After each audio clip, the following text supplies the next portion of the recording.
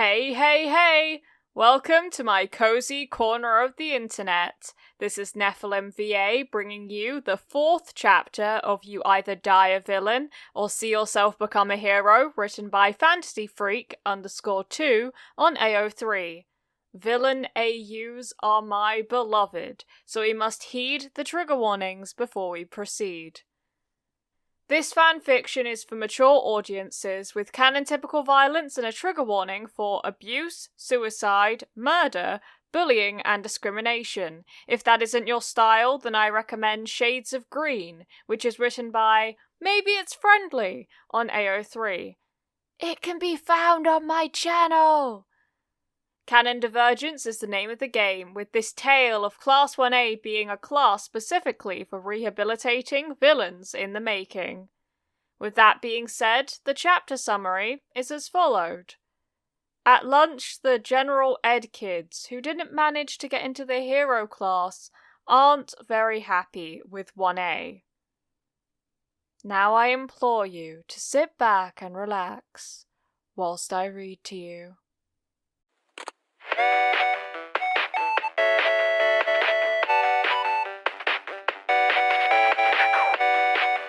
Chapter 4. Lunch. On their first day of normal lessons, Izuku recognized something fast. The teachers outside of Aizawa didn't seem to be too bad. Midnight philosophized about the passion of youth that seduced even the best people to acts of passion. Izuku was sure that the R-rated hero never quite managed to get that rating down even in school. Present Mike seemed delighted that they were so eager to learn English with him, and that they even committed crimes for it. They all seemed a little more on edge, but Izuku got much worse at his old school. He even asked Present Mike why he was so nice to them while Aizawa was so strict, and he only laughed. "That's Aizawa for you.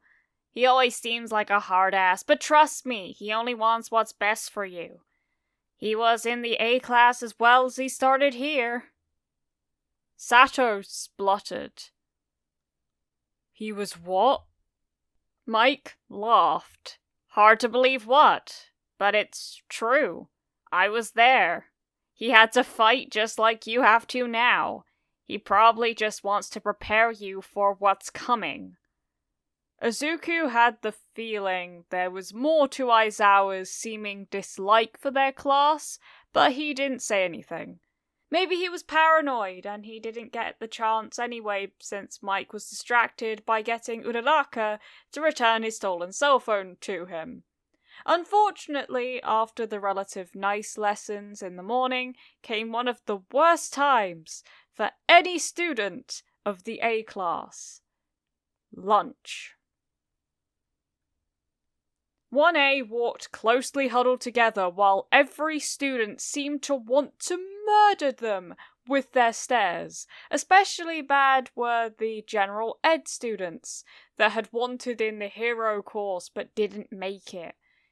Angry whispers followed the 1A class around, and occasionally something small was thrown at them or a quirk was used to try to trip them up. Even Kachan seemed to be aware enough that he stayed with the group, even though he grumbled about it.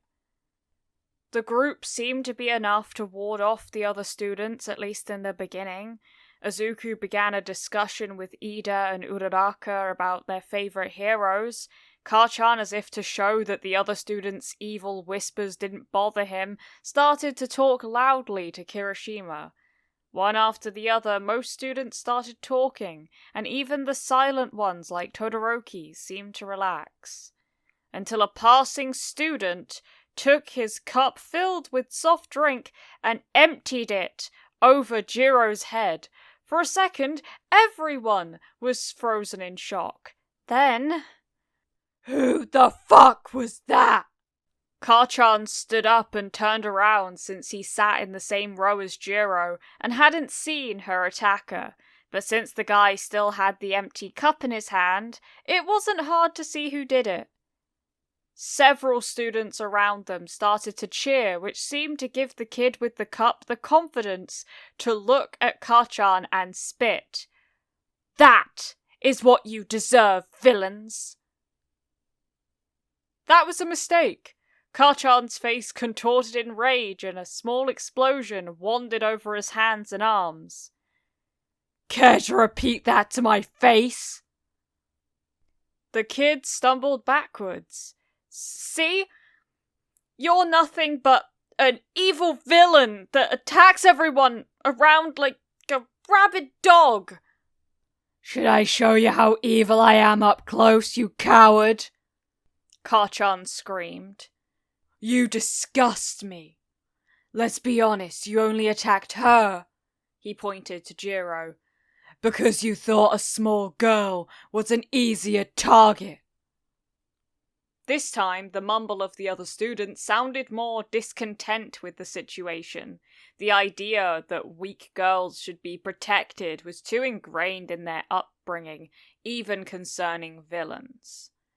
The kid noticed that the mood was changing against him and desperately tried to save himself. "It doesn't matter anyways. None of you will be here in a few days. Nearly no one manages to stay in the A course until graduation, and definitely not weaklings like her." "Oh yeah? Well, I will personally make sure that every single one will make it this time, just to show you smug little shits like you that even villains are better than you." Kachan jumped over the bench to get closer to the kid, explosions in hand. You aren't allowed to use your quirk on me. You'll be expelled." "Yeah, about that." Jiro also jumped over the bench, her hair still wet with his drink. "You're of course right. We can't use our quirks, but you should know what I can still use." She smiled sweetly. "My fist." She sucker punched him so hard he went to the ground. Kachan laughed delightfully. "You go, earphones." Jiro grinned and looked down at the kid who attacked her. By now, Mina and Yaoyorozu had come to stand at her sides, making her look even more intimidating. "Don't you dare ever touch me again, you fucking creep." She then turned around to the other students. "That applies to the rest of you too. If one of you losers touches any of us again, we will make sure you regret it." For a few moments, everyone was looking at the little group, frightened. Then a voice interrupted. "Can't you all let me have a nap for 5 minutes? Aizawa had appeared at the entrance of the cafeteria and was slowly walking towards them. "What is going on here?" The kid who attacked Jiro immediately started blabbering about he was attacked unprovoked, and how evil she and Kachan were, and that Aizawa should just expel them. Aizawa looked at Jiro and Kachan sternly. "Is this true?" Izuku held his breath. Aizawa didn't seem to like them. Would he believe them against a student without a criminal record? Kachan seemed to think the same and growled, "Would you even believe us if we told you the truth?" The kid who attacked them objected. "How can you believe these villains against a future hero?" Several students nodded and murmured approvingly. Aizawa raised his eyebrows. He then smiled sardonically. "You're both being ridiculous. Instead of trying to make a trial out of it and discrediting each other, how about you do the logical thing?" Everyone stared at him in confusion. He sighed and pointed at the corner of the ceiling. "There are cameras here that filmed everything. If you want to be future heroes, you've got to be more perceptive. So, anyone here who has something to say before I view the footage?" The attacker looked down at his feet. "I may have accidentally poured my drink over this girl." "Oh," Aizawa scoffed. then I may have to accidentally give you a detention. Class 1A laughed and Aizawa grabbed the kid by his collar. If you really want to pretend you are worthy of being a hero, I recommend you not randomly attack people, no matter how deserving, or you will never be better than any villain on the street.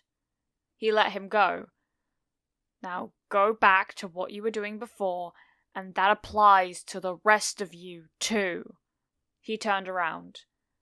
Mr. Aizawa? Azuku shouted as Aizawa turned to him. He stood up and bowed. Thank you for believing us. Aizawa scoffed. I believed the truth. Azuku shrugged. That's more than most people would have given us. For a fraction of a second, Aizawa seemed to look sad. Then it was gone and he turned around again. Just go back to eating, problem child. As he reached the exit of the cafeteria, Present Mike was waiting for him, and Izuku could have sworn he heard a softy from the voice hero. Slowly, everyone returned to their places and resumed eating. Yaoyorozu made a towel for Jiro, who thanked her. Then Kirishima put his arm around Kachan. Nice to see you're on our side, buddy. Huh? Well, you just said you wanted to help us. What the fuck do you mean? Sero took it upon himself to imitate Kachan. Well, I will personally make sure that every single one of you make it this time, just to show smug little shits like you that even villains are better than you. He held his hands high and snapped his fingers to imitate explosions. Denki in front of him laughed and pretended to cower in front of him. Oh no, leave me alone, I only attack small girls and look pathetic when they sucker punch me. Leave me alone, I'm so pathetic. The entire table roared with laughter. The rest of the cafeteria seemed to look away in embarrassment. Izuku did his best to come back to the subject at hand. Yes, Kachan, you said we would all make it. You won't go back on your word, will you? Of course not, Deku!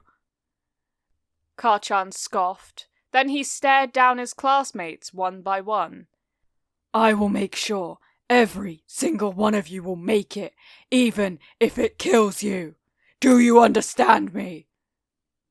Isn't the saying, even if it kills me? Denki asked. Do you understand me, dunce face? Sir, yes, sir! Good. Kirishima grinned. Why are we all screaming? Mina joined in. No idea, but it's fun! This is highly disrespectful! Ida tried to intervene while moving his arms up and down rapidly. Stop this nonsense immediately! But you're screaming too! Uraraka responded. The next person who screams, I will burn alive, just like I did my house with my father inside. Todoroki said calmly while slurping his soba. Deathly silence fell upon the table, and everyone was staring at him. He blinked, then shrugged, and said, It was a joke. Another moment of silence, and Shinso started to giggle. I like your humor. Todoroki blinked, then a small, proud smile appeared on his face. Thank you. What's funny about that? Denki asked, flabbergasted. Izuku smiled now too. You don't know how funny it is to burn everything around you to the ground. He winked at Todoroki, who seemed even more astonished and happy. Mina rolled her eyes but smiled fondly while saying, You're such weirdos! Izuku poked his tongue out at her. Well, you're stuck with us. Tokoyami dramatically looked up. May the gods have mercy on our souls. That was followed by more laughter and gentle teasing directed at Tokoyami. Izuku just smiled. Who knew how easy it was to make friends once you're all sitting in the same boat? Izuku's list. Aizawa. At least he didn't expel them all until now. He actually took their side. Most other teachers. Check. Tokoyami. Loner type. Probably was excluded for his appearance in the past. Solution. Try to include him without imposing on him. He seems like an introvert. He made a joke! Shoji. Loner type. Probably was excluded for his appearance in the past too. Maybe he and Tokoyami could be convinced together. Shinso. Loner type. Managed to brainwash people at the tests. Definitely was excluded for his quirk in school. As another bullied kid, Izuku might be able to connect to him. Strange sense of humor. Todoroki. Loner type. Hates his father, according to internet theories, was abused by him, and kept away from children his age. Might be able to convince him by simply showing him someone cared? Strange sense of humor, and seems eager to please. Kachan. Well, that'll be fun. Check. Thank you so much for watching this video. I appreciate all the support you've given me. I hope you liked what I did there with using a crappy version of the Bakugo voice for when he was being mocked. I thought it was hilarious. It's nice to see that they are all bonding. All credits goes to the original creator of this fanfiction, FantasyFreak_2 on AO3. I'd highly appreciate it if you gave this video a like and you subscribe to the channel, and you hit the notification bell to be notified of when I next upload. There is no pressure to do so though. Thank you for visiting my cozy corner of the internet. Keep growing my sunflowers. Mwah.